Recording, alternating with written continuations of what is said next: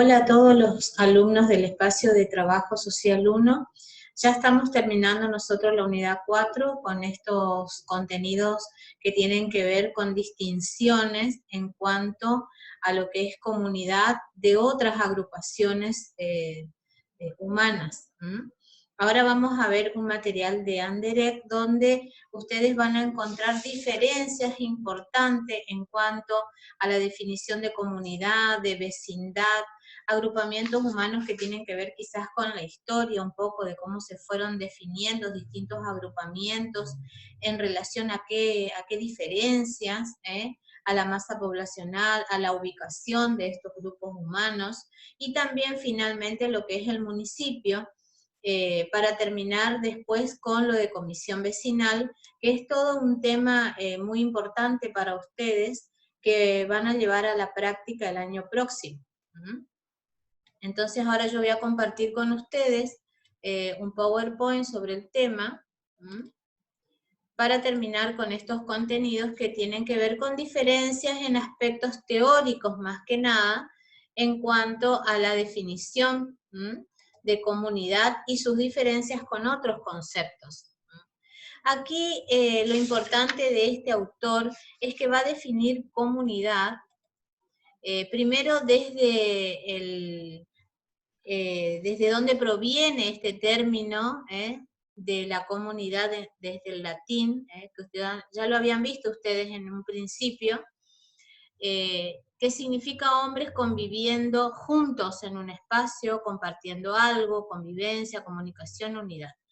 Pero aquí está la distinción en el concepto, es un sistema de relaciones sociales en un espacio definido, integrado en base a intereses y necesidades compartidas.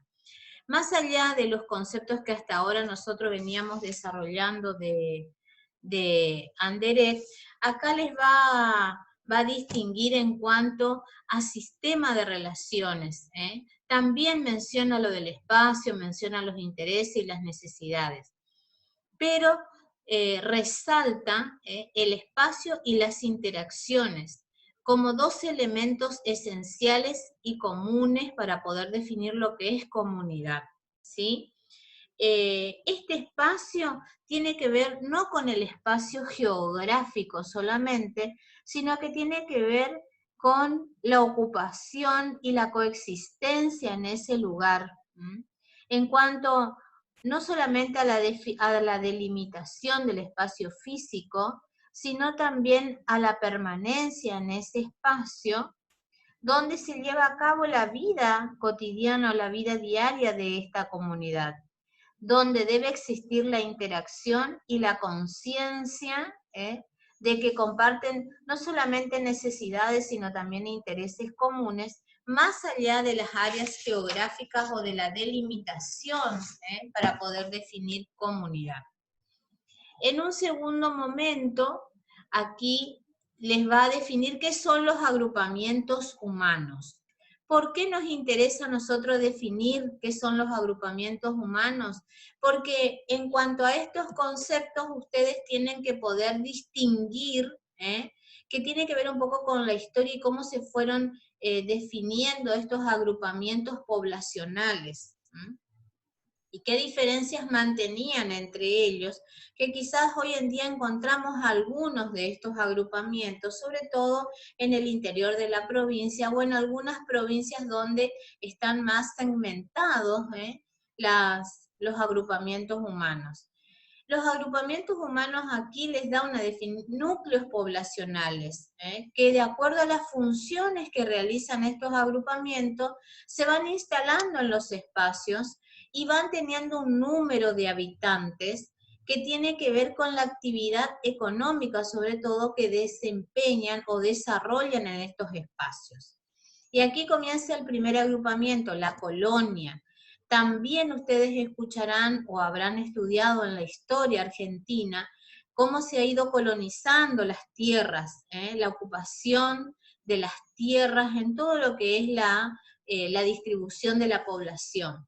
Aquí les dice que la colonia tenía este significado de colonia, coexistían allí como una chacra, una granja, finca. Todavía hoy ustedes escucharán en el interior o en algunas comunidades donde designan, esta es mi chacra, vivimos en la colonia tal, en el paraje tal, que tiene que ver con una propiedad rural, sobre todo pequeñas propiedades rurales, que en algún momento eran unidades de explotación agropecuaria, productores que trabajaban la tierra y también el ganado, digamos, como medio de subsistencia, y las relaciones vecinales estaban reflejadas más que nada en esa relación de vecino, de buen vecino, les dice aquí, que era definida como aquel que se comporta con las expectativas de lo real, del común consenso, les dice aquí, porque está próximo, es el que está más cercano, en cuanto a la ubicación, en cuanto a lo físico, es el vecino el que vive al lado de o cerca de. En el interior, por ejemplo, los vecinos están muy distanciados, pero comparten el mismo paraje o la misma ubicación, están quizás a 1 legua, 2 leguas, les dicen ellos, cuando se ubican en esas distancias, que no es la que manejamos comúnmente en la zona urbana, pero para ellos sigue siendo el vecino que está más próximo, más cercano a ellos. Esa relación vecinal se establece a medida que se van desarrollando en cuanto a las necesidades, a los intereses y a la manera de pensar y de sentir común. Se van identificando con las zonas y con la actividad también que desempeña cada uno de estos agrupamientos. Después tienen la estancia, a diferencia de las unidades de producción señalada, es una institución económica, con una sólida estratificación social, con una estructura verticalista, y no existen en ella relaciones de vecindad como recién veíamos en la colonia o en la aldea. Aquí hay como una unidad familiar y vive distante de la otra. En la aldea, el caserío o el poblado ya tiene que tener un número de habitantes para poder definirla como tal. Aquí hablan de 2.000 habitantes, quizás hoy si actualizamos esos números ya tendrá que ver con un mayor número de habitantes. Pero es como significar de que es reducido el grupo, pero está expresado en cuanto a la satisfacción de las necesidades elementales de la población. El pueblo sí ya va engrosando la cantidad de habitantes y ya habla de hasta 20.000 habitantes. Quizás hoy también ese número ya varía. Y tiene como base una mínima unidad político-administrativa. Y la ciudad, que hoy nosotros ya también definimos ciudad en otros términos, números en cuanto a habitantes, tienen que ver con unidades de transformación y de distribución de la producción, y supera este número que dice aquí, y también se logran los intercambios económicos, sociales, culturales, políticos, y ya pasa a ser una unidad político-administrativo de mayor complejidad. Así vamos viendo cómo estos agrupamientos van tomando significados distintos en cuanto a el número de habitantes y en cuanto a la actividad económica que desarrollan cada uno de ellos.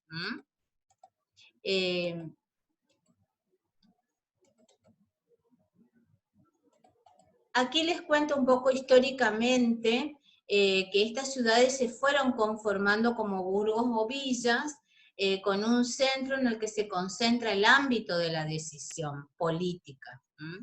En ese momento también se llamaban castillos, palacios, gobiernos, iglesias, al que se van incorporando barrios o distritos. Ustedes escucharán, por ejemplo, que la provincia de Buenos Aires maneja no solamente municipios, sino distritos que diferencian, digamos, por el número de habitantes que tienen esas zonas. Y también estos términos de suburbio o arrabal tiene que ver con la historia de estos agrupamientos, que hoy en día nosotros ya no los escuchamos con significados que tengan que ver con la población en sí, pero era una parte que estaba fuera de la ciudad, y a medida que este se iba desapareciendo en lo rural, surge el intermedio y lo urbano, les dicen. Hoy nosotros ya estamos con una clasificación más clara en cuanto a lo urbano y a lo rural, y en cuanto también a las zonas marginales o alejadas de las grandes urbes, que tiene que ver un poco con las migraciones internas de los grupos poblacionales, en cómo se fueron ubicando. Marginal significa se van ubicando al borde de la ciudad, sobre el límite del casco urbano. Hoy nosotros le llamamos, por ejemplo, ya zonas suburbanas. No están ya en la zona rural, pero sí siguen estando al margen de la urbe. En otras ciudades y en otras provincias y en otros países tienen distintas denominaciones. Cada lugar le va poniendo una denominación a estos grupos poblacionales que se van ubicando en distintos sectores o áreas, alejándose de estas definiciones tan claras de lo urbano y lo rural. Hoy nosotros hablamos ya de las zonas urbanas o de las grandes urbes, porque van dejando, digamos, esta dualidad del rural y el urbano, porque tiene que ver ya con una realidad, abandonando lo primitivo y siendo ya áreas metropolitanas que tienen que ver con las actividades básicas de producción, transformación, consumo, intercambio y movimiento poblacional en otros ámbitos. Bueno, aquí yo les voy a dejar igual todo el power del municipio, en el caso que sigamos la clase que viene. Yo ahora este videito lo tengo que cortar porque si no no voy a poder subirle las clases, pero el tema que deberíamos seguir es el de municipio. Importante que ustedes, como yo siempre les repito, compartan y vayan manejando el material, porque es bastante, bastante contenido teórico en distinciones en cuanto al desarrollo de la comunidad. Nos estamos viendo la próxima clase.